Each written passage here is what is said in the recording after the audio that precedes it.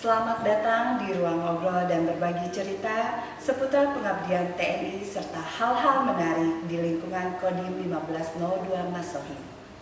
Pada kesempatan kali ini kita mendapatkan kesempatan yang sangat istimewa untuk berbincang langsung dengan sosok yang menjadi pemimpin sekaligus teladan bagi kita semua. Telah hadir bersama kita Komandan Kodim 1502 Masohi, Letko Infantri Adi Eka Jaya Saputra SIP, sekaligus kita mengenal lebih dekat dengan Dandim 1502 Masohi. Izin Komandan berkenan untuk memperkenalkan diri secara singkat. Terima kasih Mbak Gina.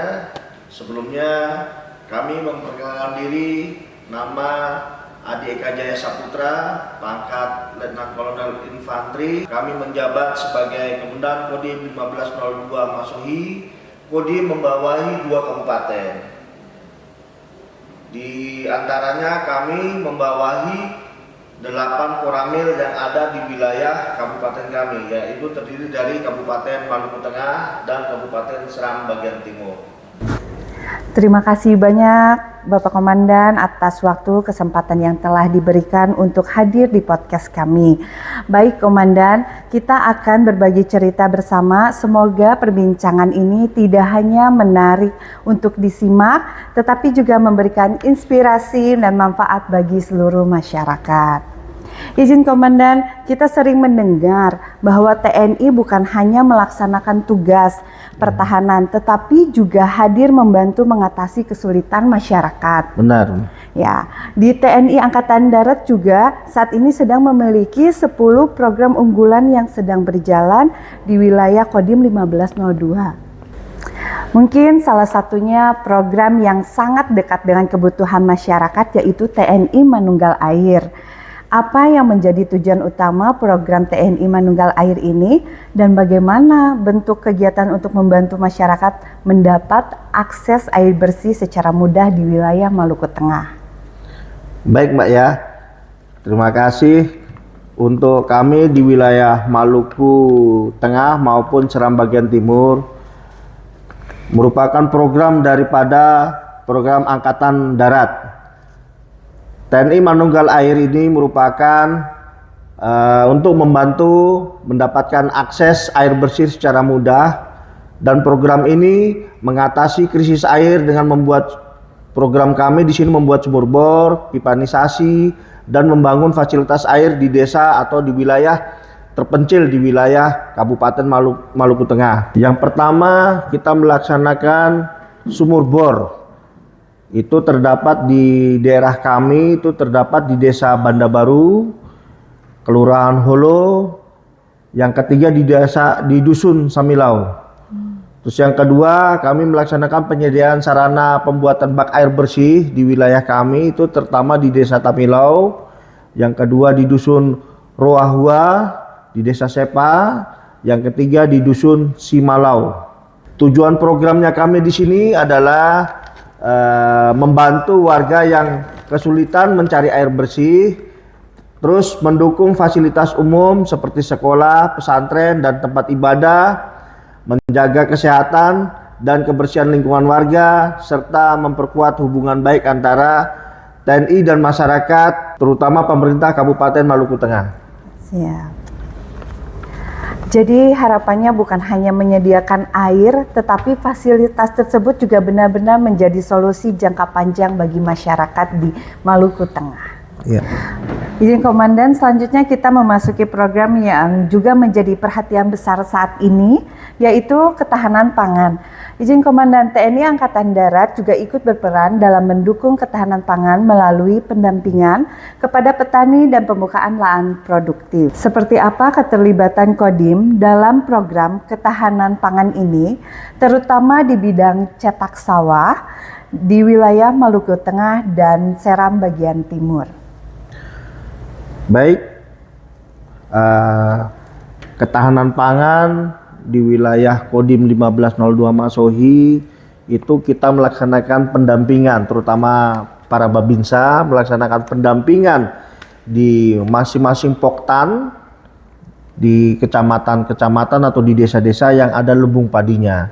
Dan kebetulan kami pun juga di sini ada melaksanakan program cetak sawah yang dilaksanakan itu kurang lebih ada 1.454 hektar yang ada di wilayah Maluku Tengah maupun Seram bagian timur.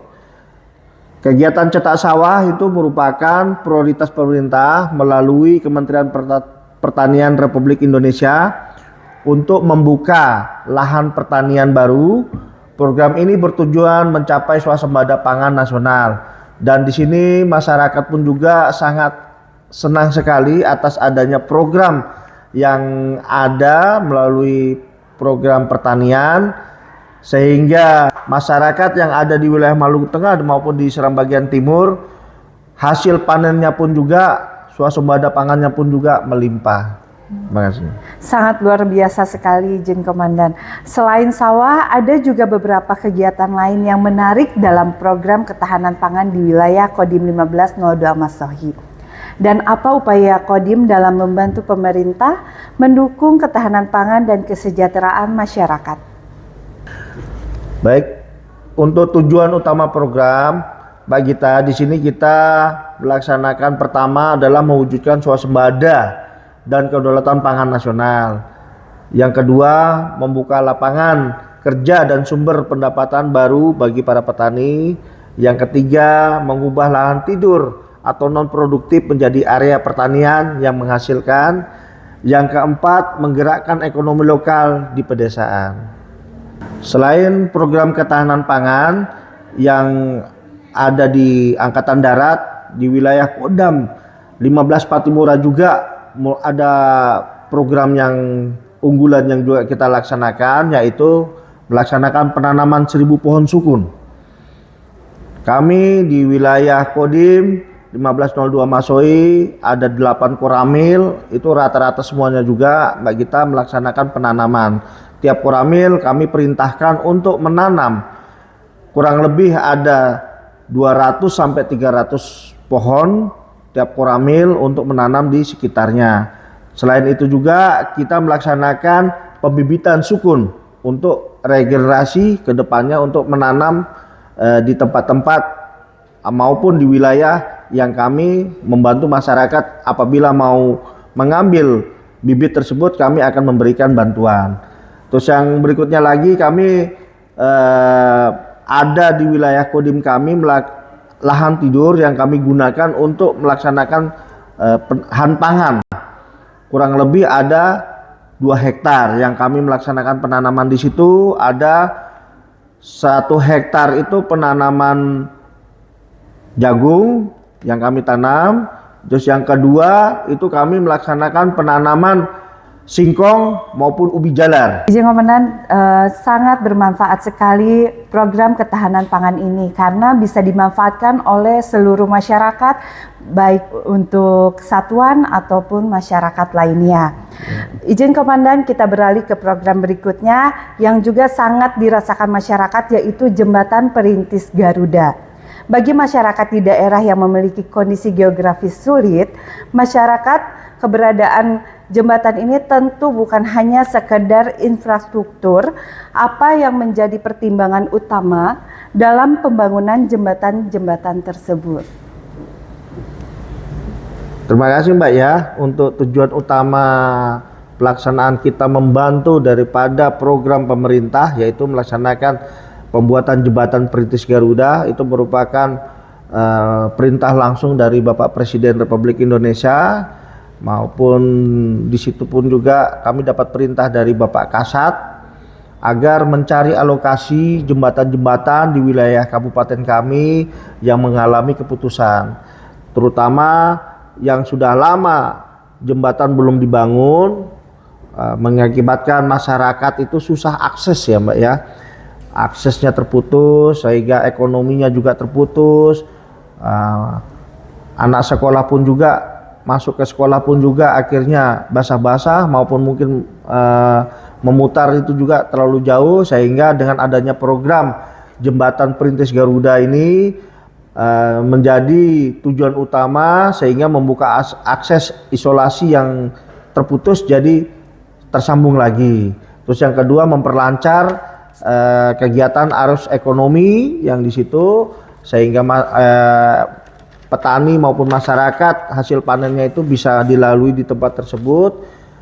Yang berikutnya lagi, anak-anak sekolah dapat menyeberang, tidak lagi basah-basah lagi dan tidak lagi memutar jauh, sehingga tepat waktu masuk ke sekolah, membantu warga di sekitarnya, sehingga masyarakat apresiasi sekali dengan adanya pembangunan jembatan Garuda dan sangat senang, sehingga desa tersebut sudah tidak lagi terisolasi. Jadi semuanya dapat tersambung dan dapat menjadi arus daripada masyarakat.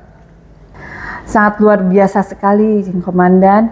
Dari perbincangan kita hari ini, kita bisa melihat bahwa kehadiran TNI di tengah masyarakat bukan hanya melalui tugas-tugas kedinasan, tetapi juga melalui berbagai program yang menyentuh kebutuhan masyarakat secara langsung.